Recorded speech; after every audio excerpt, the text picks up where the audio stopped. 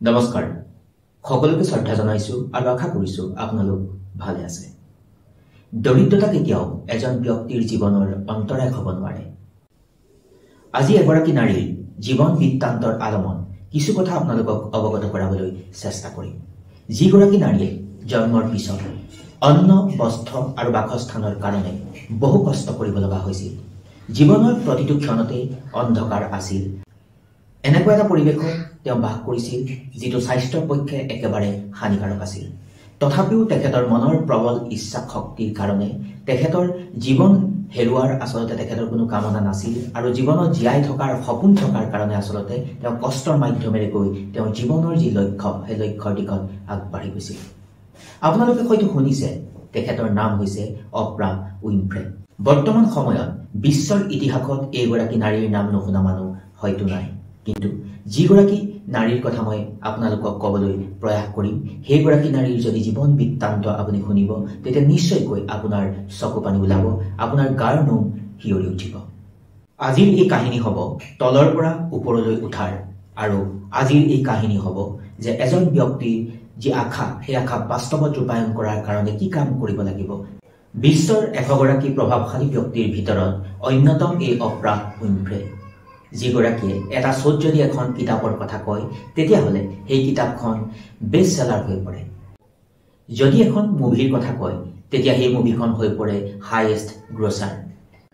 আৰু তেখেতৰ অৰ্থৰ বাহুবল ইমানেই আছে যে এটা শ্ব' কৰি থকাৰ সময়ত তেওঁ মন গ'লে মন কৰিব এজন নহয়, দুজন নহয়, 50 জন নহয়, 276 মানুহক একেলগে কাৰ গিফ্ট কৰাৰ তেখেতৰ উদাহৰণ আছে। যিগৰাকী নাৰীয়ে জন্মগ্ৰহণ কৰিছিল একেবাৰে এটা দৰিদ্ৰ পৰিয়ালত, এটা থাকিব নোৱাৰা আচলতে এটা পৰিৱেশৰ মাজত, আৰু যিয়ে অন্ন, বস্ত্ৰ আৰু বাসস্থানৰ অভাৱত নিজৰ জীৱনৰ প্ৰতিটো ক্ষণ তেওঁ পাৰ কৰিছিল। জন্মৰ পাছৰ 6 বছৰ বয়সত আইতাইকে এই অপ্ৰা উইনফ্ৰেক মাকৰ ওচৰলৈ পঠাই দিছিল, আৰু যি অঞ্চলত বাস কৰিছিল সেই অঞ্চলৰ মানুহবিলাকে অপ্ৰা উইনফ্ৰেক ফিজিকেল এবিউজ কৰিছিল, আৰু বহুবাৰ ফিজিকেল এবিউজ তেওঁ হৈছিল। আৰু অতি দুখৰ কথা যে যদি ক'বলৈ যোৱা যাব পৰিয়ালৰ আটাইতকৈ ঘনিষ্ঠ আপোন বুলি ভবাসকলে তেখেতক ফিজিকেল এবিউজ কৰিছিল। আৰু এনেকৈ প্ৰায় 14 বছৰ বয়সতেই এই অপ্ৰা উইনফ্ৰে মাতৃত্বৰ যি বোজা সেই বোজা ল'বলৈ তেওঁ আগবাঢ়িছিল বা মাতৃত্বৰ অধিকাৰী হৈছিল। কিন্তু দুৰ্ভাগ্যজনকভাৱে তেওঁ জন্ম দিয়া সন্তানটিয়ে মৃত্যুক আঁকোৱালি ল'লে। ইয়াৰ কাৰণ কি জানে? যে তেওঁৰ বয়স আছিল 14 বছৰ আৰু তেওঁৰ যি নিউট্ৰিশ্যনেল যিবিলাক ফুডছ সেই ফুডছবিলাকৰ হয়তো অভাৱ আছিল। আৰু সেইকাৰণে কোৱা হয় কন্যা সন্তানে কম সময়ত যদি বিবাহ পাশত আবদ্ধ হয় তেওঁ বা তেওঁৰ যি সন্তান সেই সন্তান সুস্থ নহয়। আৰু এনেকৈ হয়তো বা এনেকুৱা কাৰণৰ কাৰণে হয়তো অপ্ৰা উইনফ্ৰে প্ৰথম যি সন্তান জন্ম দিছিল সেই সন্তানে মৃত্যুক আঁকোৱালি লৈছিল। যেতিয়া জন্ম দিয়াৰ সন্তানটোৰ মৃত্যু হ'ল তেতিয়া অপ্ৰা উইনফ্ৰে নিজৰ দেউতাকৰ ঘৰলৈ গুচি গৈছিল, আৰু তাৰ পাছৰ পৰা অপ্ৰা উইনফ্ৰেৰ যি যাত্ৰা অৰ্থাৎ নতুন জীৱনৰ এক নতুন যাত্ৰা সূচনা হ'ল। জীৱনকালৰ 17টা বছৰত অপ্ৰা উইনফ্ৰে ব্লেক মিছৰ এৱাৰ্ড লাভ কৰিবলৈ সক্ষম হ'ল। তাৰ পৰৱৰ্তী পৰ্যায়ত এটা লোকেল ৰেডিঅ' ষ্টেচনত তেওঁ কাম পালে, আৰু সেইকাৰণে এষাৰি কথা আছে আপোনালোকে হয়তো শুনিছে যে যিয়ে কিবা হেৰুৱায় তেওঁ কিবা পায়। জীৱনত অন্ধকাৰত থকা, জীৱনত সংগ্ৰাম কৰা এই অপ্ৰা উইনফ্ৰে এটা টেলিভিছন চেনেলত হোষ্ট কৰাৰ সুযোগ লাভ কৰিলে।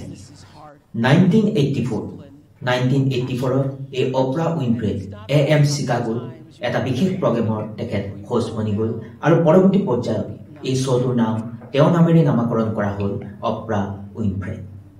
আৰু এই শ্ব' যেতিয়া আৰম্ভ হৈছিল তেতিয়া অপ্ৰা উইনফ্ৰে বয়স আছিল 32 বছৰ, আৰু একেলগে 110টা চেনেলত তেওঁৰ শ্ব' চলাইছিল, আৰু একেলগে প্ৰায় 10 মিলিয়ন ভিউৱাৰ্ছে একেলগে আচলতে তেওঁৰ শ্ব' চাইছিল। আৰু আপোনালোকে জানি আচৰিত হ'ব প্ৰথম বছৰত এই টেলিভিছন শ্ব'টোৱে লাভ কৰিলে প্ৰায় $125 মিলিয়ন, আৰু তাৰ লগতে অপ্ৰা উইনফ্ৰে লাভ কৰিবলৈ সক্ষম হ'ল $30 মিলিয়ন। এনেকৈ লাহে লাহে অপ্ৰা উইনফ্ৰেৰ যি পাব্লিচিটি পপুলাৰিটি বহুত বাঢ়ি গ'ল।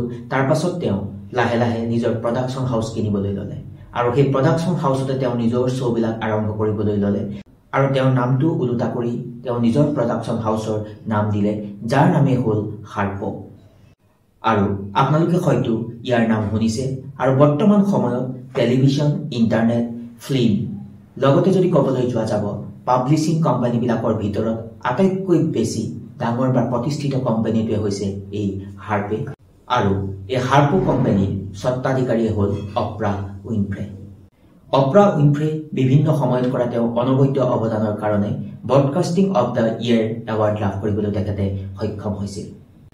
বিশ্বৰ ইতিহাসৰ বিভিন্ন ধৰণৰ নাম জ্বলা যিবিলাক ব্যক্তি আছে, যদি কোৱা হ'ব মাইকেল জেকচন তেওঁ শ্ব'লৈ আহিছিল। আৰু যেতিয়া মাইকেল জেকচন অহাৰ সময়ত সেই শ্ব'টোত আচলতে 100 মিলিয়ন ভিউৱাৰ্ছে একেলগে তেওঁৰ যি এপিছ'ড বা যি শ্ব', পুনৰবাৰ কৈছোঁ 100 মিলিয়ন ভিউৱাৰ্ছে একেলগে চাইছিল। ইয়াৰ উপৰিও তেওঁ যিবিলাক শ্ব' আৰম্ভ কৰিছিল সেই শ্ব'বিলাকলৈ আমাৰ ভাৰতবৰ্ষৰ ঐশ্বৰ্য ৰায়, নেলছন মেণ্ডেলা, টম ক্ৰুজ, ৰিহানা আদিৰ দৰে বিশ্ব প্ৰসিদ্ধ ব্যক্তিসকলে ভুমুকি মাৰিছিল। আৰু সেই শ্ব'বিলাক অনুষ্ঠিত হোৱাৰ পাছতো সেই শ্ব'বিলাকৰ পৰা আচলতে তেওঁ বহু টকা উপাৰ্জন কৰিবলৈ সক্ষম হৈছিল। আপোনালোকে হয়তো গোটেই কথাখিনি শুনিলে আৰু আগতেও হয়তো অপ্ৰা উইনফ্ৰে নাম শুনিছে, কিন্তু মই এইকাৰণেই ভিডিঅ'টি উপস্থাপন কৰিছোঁ যে আমি ভাবোঁ যে দৰিদ্ৰতাই আমাৰ জীৱনৰ প্ৰধান অন্তৰায়। আৰু আমাৰ জীৱনলৈ অহা বিভিন্ন ধৰণৰ সমস্যাবিলাকেই আমাৰ জীৱনৰ কাৰণে প্ৰধান অন্তৰায় বুলি ভাবোঁ।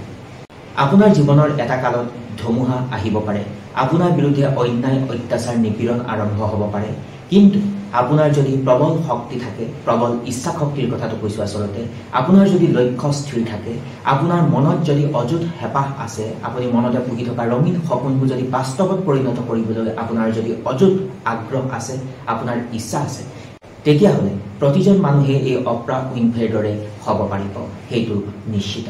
কিন্তু তাৰ বাবে লাগিব সঠিক কাৰ্য ব্যৱস্থা, পৰিশ্ৰম আৰু মনৰ যি শক্তি, সেই শক্তি অটুট থাকিব লাগিব। শেষত এটা কথাই কওঁ যে জীৱনলৈ অহা ধুমুহাবিলাকক লৈ কেতিয়াও হাৰ নামানিব। আপোনাৰ জীৱন আপোনাৰ নিজৰ। জীৱনলৈ অহা ধুমুহাবিলাকে আপোনাৰ যি লক্ষ্য, সেই লক্ষ্যক কেতিয়াও স্তব্ধ কৰিব নোৱাৰে। পুনৰবাৰ সকলোকে শ্ৰদ্ধা জ্ঞাপন কৰি আজিৰ এই আলোচনা ইমানতে সামৰণি মাৰিছোঁ। পুনৰ লগ পোৱাৰ প্ৰতিশ্ৰুতিৰে সকলোকে শ্ৰদ্ধা জ্ঞাপন কৰি সামৰিছোঁ। সকলো ভালে থাকিব। নমস্কাৰ, টেক কেয়াৰ।